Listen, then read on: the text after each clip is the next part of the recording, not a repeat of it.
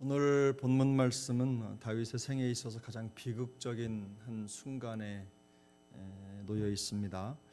아들의 반역을 피해서 궁을 버리고 도망가는 신세가 되었기 때문입니다. 한 나라의 왕좌에 있던 사람이 순식간에 도망자 신세가 된 것이죠.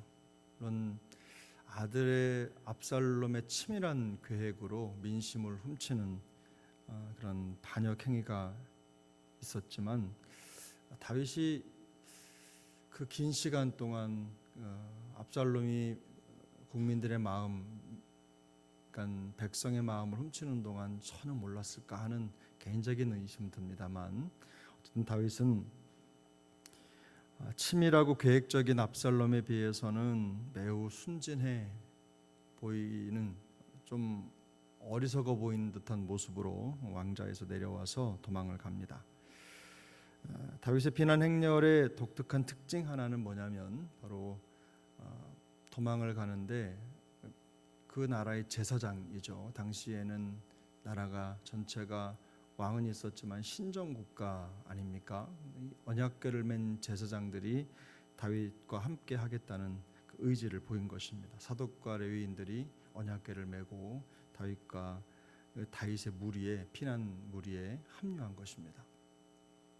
우리가 잘 아는 대로 이스라엘에게 있어서 법궤는 매우 중요합니다.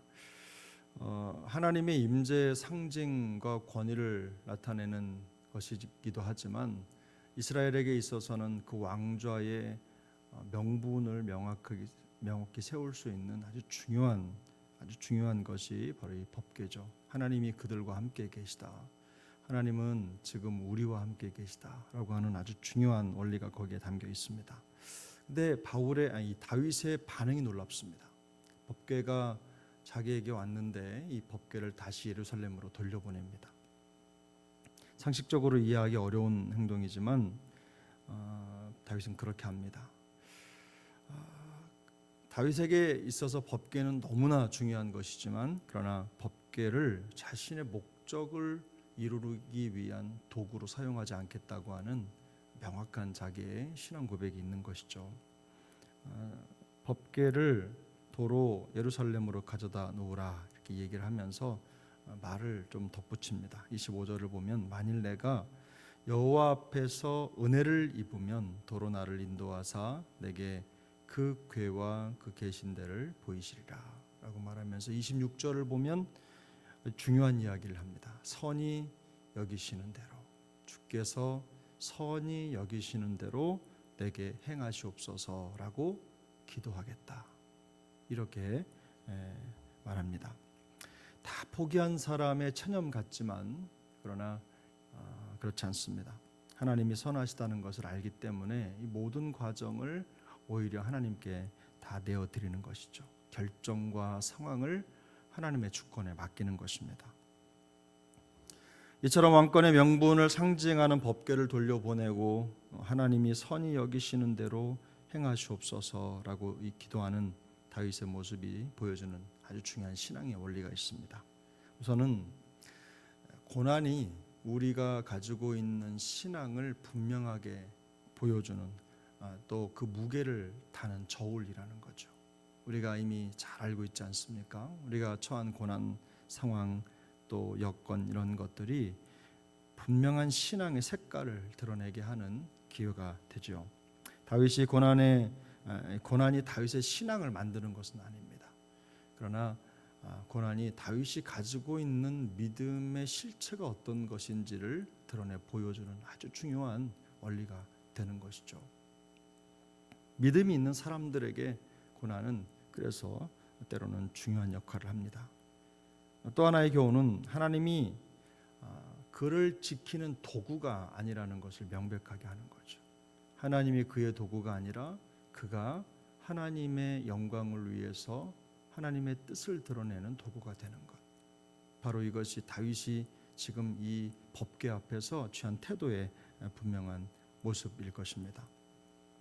다윗은 이런 모든 상황을 하나님께 맡겨드릴 뿐만 아니라 하나님의 법궤를 자신의 안전과 회복의 수단으로 쓰지 않겠다는 명확한 자기 의지를 담았습니다. 그리고 그것을 실제로 실천을 하죠. 선히 여기시는 대로 내게 행하시옵소서. 아무나 할 수 있는 기도는 아니라고 생각합니다. 매우 중요하고도 우리 신앙생활에 중요한 맥을 잇는 아주 중요한 고백입니다. 그의 기도가 내 계획에 하나님이 동원되는 것이 아니라 하나님이 정하신 길을 내가 가겠다는 아주 중요한 의지가 담겨 있는 거죠. 내 뜻이 하나님의 뜻에 맞춰지기를, 하나님의 뜻이 내 생각에 맞춰지는 것이 아니라 하나님의 뜻이 내 뜻에, 내가 하나님의 뜻에 맞춰지기를 바라는 그 신앙 고백이 있는 거죠. 이것이 신앙의 참된 방향 아니겠습니까? 우리가 따라야 되고 배워야 되고 또 우리 몸에 익혀야 되는 신앙의 방향인 거죠.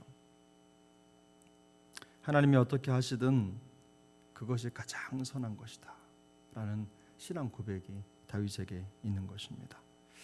놀랍게도 이 다윗의 고백, 선히 여기시는 대로 내게 행하시옵소서, 이 기도를 여러 번 읽다 보면 마음속에 떠올리는 기도가 있죠. 바로 예수님께서 겟세마네 동산에서 드리셨던 바로 그 기도입니다. 주님은 십자가의 고통 때문에 얼굴을 땅에 대고 기도하시던 그 겟세마네 동산에서 내 아버지여, 만일 할만하시거든 이 잔을 내게서 지나가게 하옵소서. 그러나 나의 원대로 마옵시고 아버지의 원대로 하옵소서. 이렇게 기도하셨습니다. 오늘 본문에서 드리는 다윗의 기도와 이 예수님의 겟세마네 기도에는 아주 중요한 공통점이 있죠. 그래서 무엇입니까? 바로 그러나의 신앙이라는 겁니다. 내 마음과 생각은 이렇지만 그러나 하나님의 뜻이 그렇다면 제가 그 뜻에 맞추겠습니다. 이겁니다. 하나님이 기뻐하시면 나를 돌아오게 하실 것이라. 그러나 그렇지 않더라도 하나님이 선히 여기시는 대로 내게 행하시옵소서. 이게 다윗의 기도였습니다. 예수님은 이 잔을 내게서 지나가게 해달라고 기도하셨지만 예수님의 기도의 끝은 그러나 나의 원대로 마옵시고 아버지의 원대로 하옵소서, 이렇게 기도하셨습니다.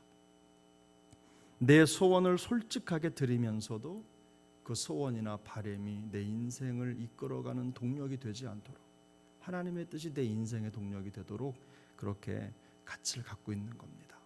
너무나 중요한 원리죠. 다윗이 절체절명의 순간에 하나님께 드리는 이 간절한 기도의 모습이 십자가 앞에서 아버지의 뜻을 자신의 뜻과 맞추어서 하나님의 뜻에 자기의 뜻을 완전히 맡기는 예수님의 모습을 보여주는 그야말로 하나의 그림자인 거죠. 구속의 그림자인 겁니다. 바로 여기에 우리가 가야 할 기도의 방향이 담겨 있습니다. 우리의 소원을 솔직하고도 간절하게 하나님께 올려드리는 것 중요합니다. 그러나 언제든 하나님이 아니요 라고 말씀을 하시면 그것조차도 받아들일 준비가 되어 있어야 된다는 것이죠. 선히 여기시는 대로 내게 행하시옵소서, 나의 원대로 마옵시고 아버지의 뜻대로 하옵소서 라는 신앙이 우리의 신앙의 방향이라는 것입니다.